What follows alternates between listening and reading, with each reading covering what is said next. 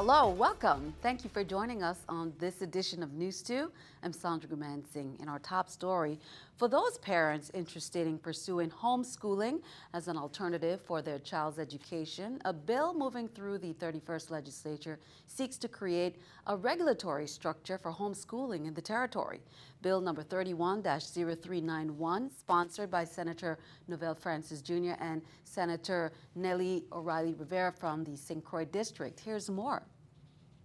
For those parents that choose to homeschool their children, a bill sponsored by Senator Novell E. Francis Jr. will establish regulations for home instruction. The bill, 31-0391, also co-sponsored by Senator Nellie O'Reilly Rivera, on behalf of families across the territory who have chosen to homeschool their children, will now be allowed through this legislation to do that. Senator Francis says in a press release, the move to create legislation for homeschooling recognizes the growing interest in home instruction. Across the territory, Senator Francis says more and more families are choosing to homeschool their children.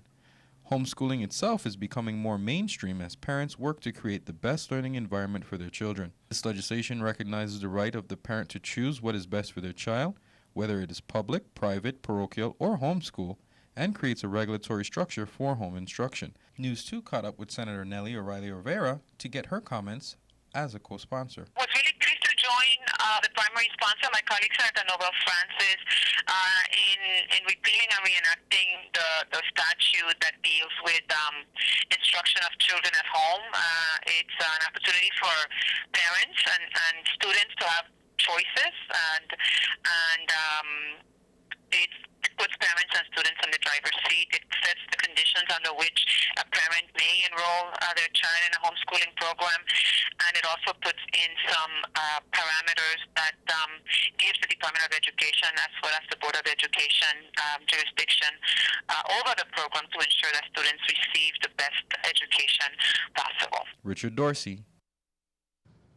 Meanwhile, the Senate Committee of the Whole is meeting on St. John this evening to consider zoning request applications.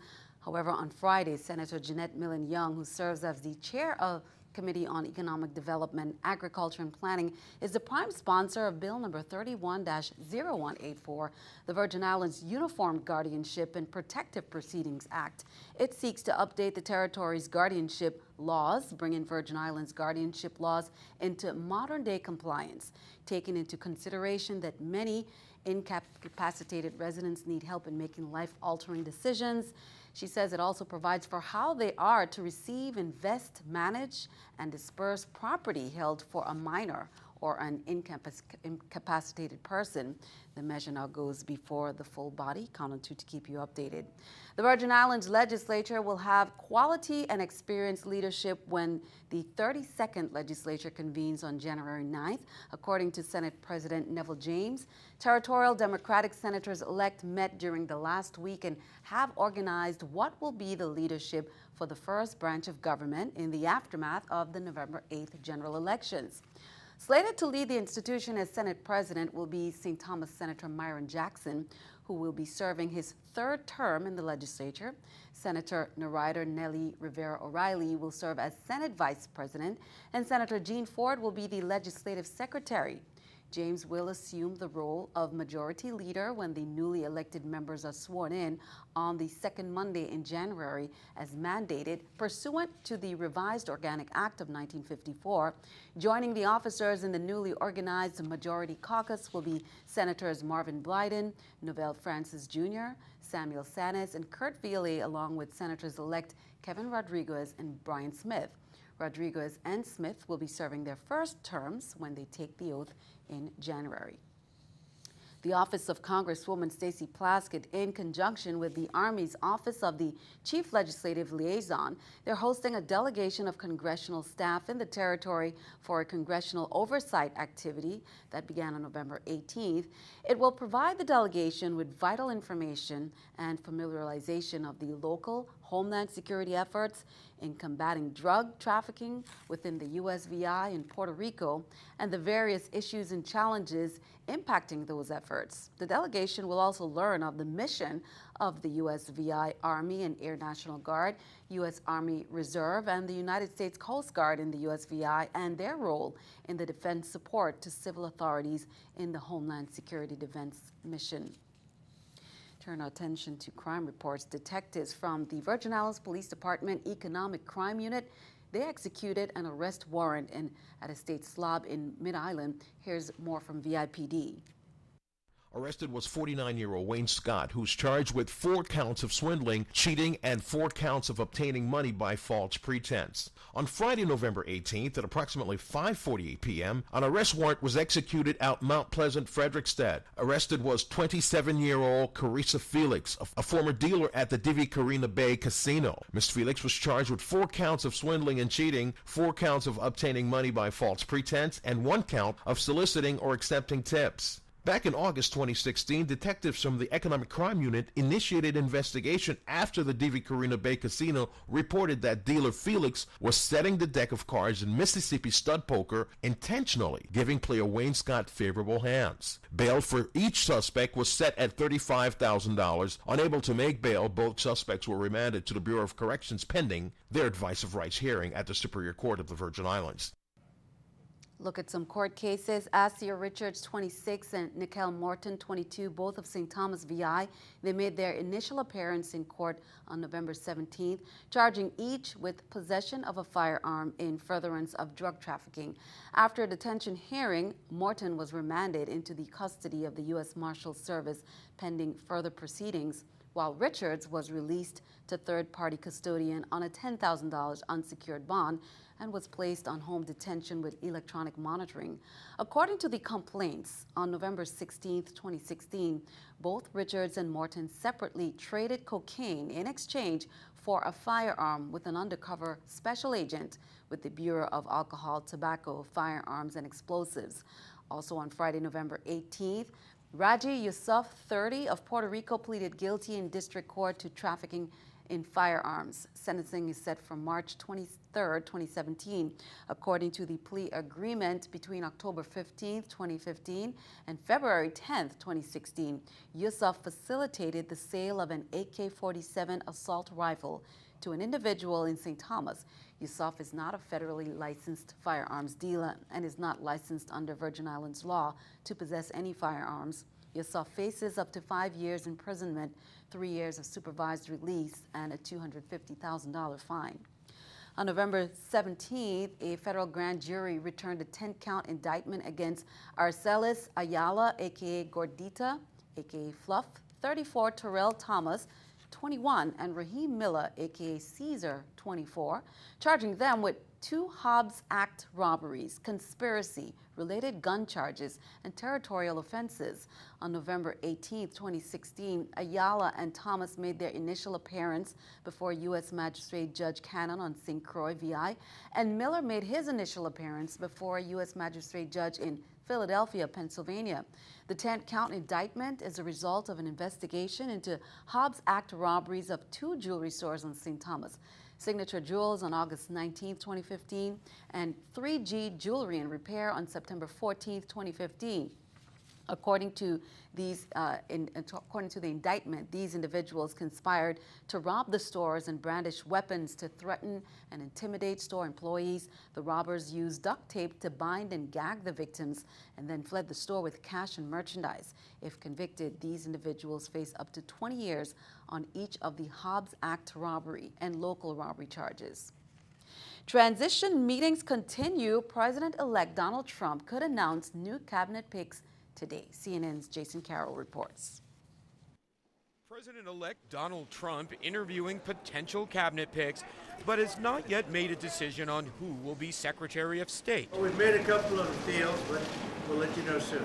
Meeting with one of his top adversaries, 2012 GOP nominee Mitt Romney, about possibly joining his administration. It was not only a cordial meeting, but also it was a very substantive meeting. Governor Romney is under active and serious consideration to serve as Secretary of State of the United States. The 2 men frequently sparring during Trump's campaign. Donald Trump is a phony. Romney choked like a dog. He choked. A steady stream of possible cabinet picks in front of the cameras throughout the weekend, including loyalists like former New York City Mayor Rudy Giuliani. Trump repeatedly praising retired Marine Corps General James Mattis, the leading candidate for Secretary of Defense. All I can say is he is the real deal. Mattis, widely respected throughout the military, could be the first former ranking general to become defense secretary in nearly 70 years. Trump also considering billionaire investor Wilbur Ross for commerce secretary. Ross, the type of administration official Trump pledged to appoint throughout his campaign, a businessman with a history of resurrecting dying companies who has billions in the bank. But in the middle of assembling his new team, Trump making his grievances to Twitter, this time criticizing the cast of the hit Broadway musical Hamilton for this message delivered to Vice President-elect Mike Pence Friday night at the end of their performance. We truly hope that this show has inspired you to uphold our American values and to work on behalf of all of us. All of us. In a series of tweets, Trump says Mike Pence was harassed and that the cast was very rude. Trump insisting they should apologize for their, quote, terrible behavior. I wasn't offended by what was said. I'll leave to others whether that was the appropriate venue to say it. But Trump would not let it go.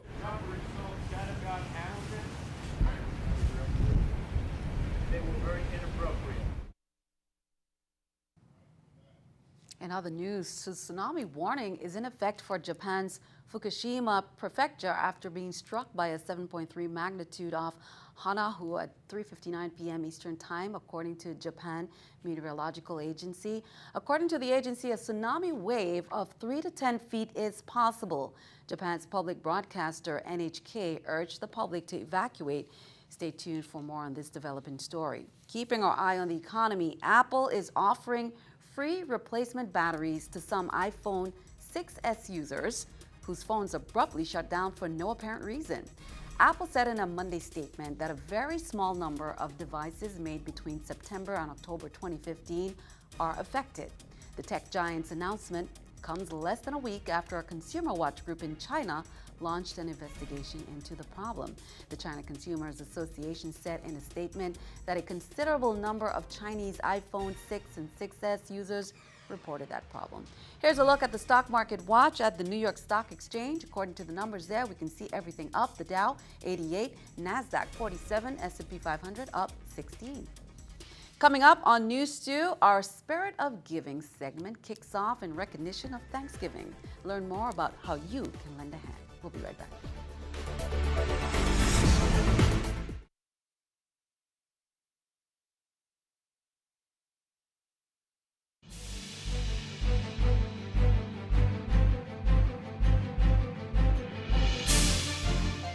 Some wet conditions over there on the Big Island. We'll have more later in our newscast. The Department of Human Services closed the Kings Hill Head Start Center around 11 a.m. this morning. They say electrical and water interruptions caused the early closure. Commissioner-designee Dr. Anita Roberts said they regret any inconvenience this may have caused parents and/or guardians, as these interruptions are unforeseen and unplanned. Well, the Department of Human Services Division of Family Assistance Quality Control, they received their fifth national award. Quality Control Chief Carol Hay attended the 2016 National Association for Program Information and Performance Measurement Agenda Conference. It was held in Reno, Nevada in August 2016, and the territory received USDA Certificate of Appreciation Award for the Supplemental Nutrition Assistance Program in recognition of the Virgin Islands' 100% completion rate in fiscal year 2015. This accomplishment reflects the state agency's commitment to integrity and accuracy. Commissioner-designee Dr. Anita Roberts received a letter from Senator Blyden yesterday, she said, also notifying her that Act number 7897 has been signed into law. It's an act making appropriations for the operations of government of the VI during the fiscal year October 1st, 2016 to September 30th, 2017. It provides for a $500,000 appropriation to the pharmaceutical and medical supplies assistance for the aged and disabled program. Virgin Islands Water and Power Authority has scheduled an electric service interruption for customers on Borjagata and Gambagata from 9 a.m. to 1 p.m. on Tuesday, November 22nd. Approximately 170 customers will be affected. The service interruption, they say, is necessary to allow WAPA crews to replace a rotted utility pole in the area of the Savannah Cemetery. The authority apologizes for the inconvenience caused by this service interruption. Governor Kenneth Mapp has proposed legislation which would amend the Virgin Islands Code to allow the government to enter an agreement with VIGL Operations LLC to operate the territory's horse racing tracks.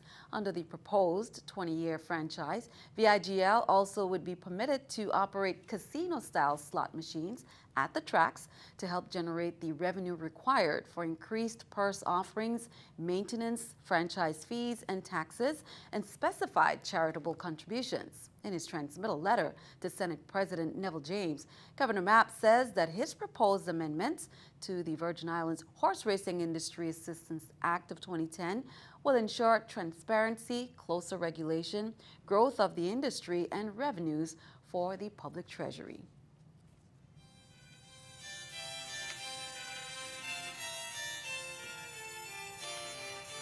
Well, time for our Spirit of Giving segment, which is in recognition of Thanksgiving.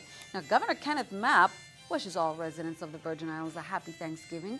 And in recognition of the Thanksgiving holiday, Governor Mapp has issued a proclamation providing for administrative leave for all non-essential government employees on the Friday following the holiday. In his proclamation, Governor Mapp stated, "The holiday season is upon our territory, and we all look forward to the gathering of family and friends on Thanksgiving Day, Thursday, November 24th. And he said, "I would like to extend that holiday and grant administrative leave on Friday, November 25th, 2016. The governor's proclamation authorizes commissioners and agency heads to grant administrative leave to non-essential employees working in the government of the Virgin Islands."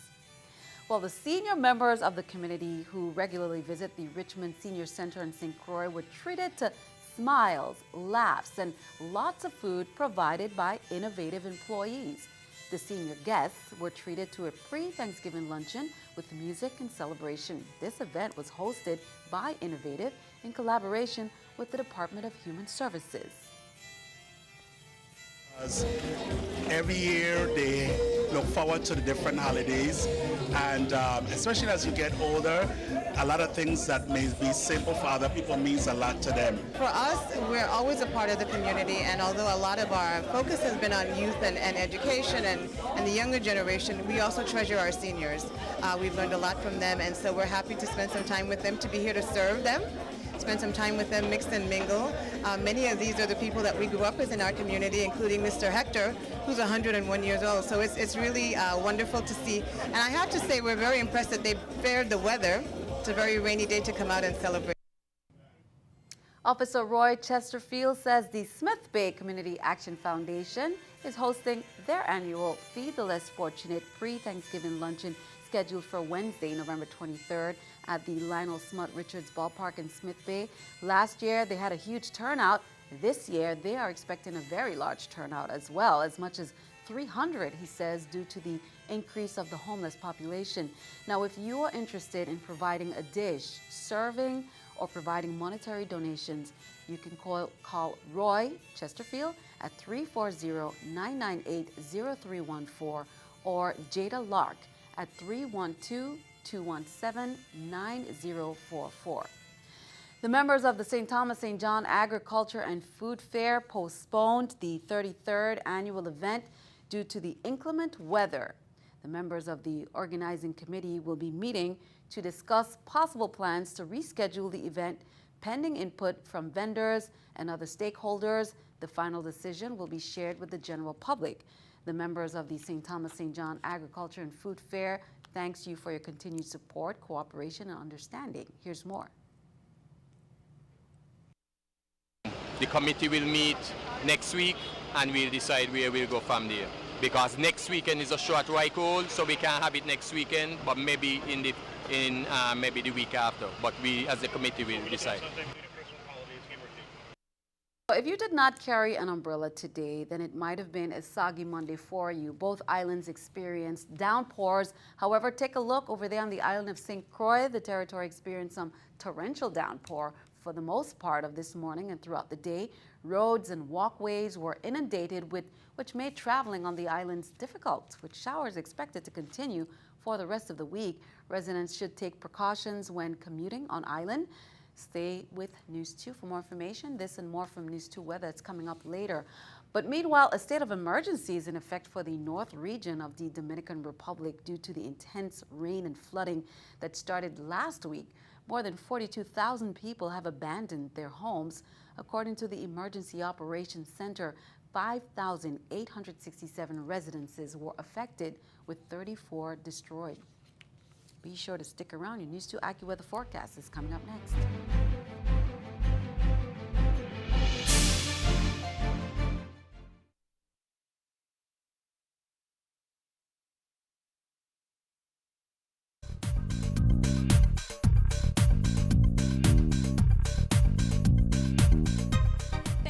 For joining me here. I'm Larissa Abreu here with a look at your Virgin Island forecast. It's been quite stormy across the Atlantic, and you can see pretty much we have a frontal boundary draped over the Atlantic. As we travel southbound into the Caribbean, we're dealing with Tropical Storm Otto, and here it is located further off towards the west of the Virgin Islands. But it is producing a stream of moisture that, in combination with this frontal boundary over the area, it's what's been keeping things quite unsettled and very active over the last few days. And as we take a look at current radar, you can see it's still pretty much unsettled. That frontal boundary will remain stalled, causing rounds of heavy rain, thunderstorms, and we're dealing with a chance of locally heavy rain all at once. So showers and storms will be the name of the game on this Monday night. Temperatures diving into the 70s. As we head towards tomorrow, that pattern beginning to relax, but the chance for spotty showers certainly likely. We'll see a high of 85 out in St. John's. In St. Thomas, you too will reach the mid-80s with more clouds than sun. Spotty showers around, quite similar as we travel into St. Croix, where highs are projected to be close to 90 degrees.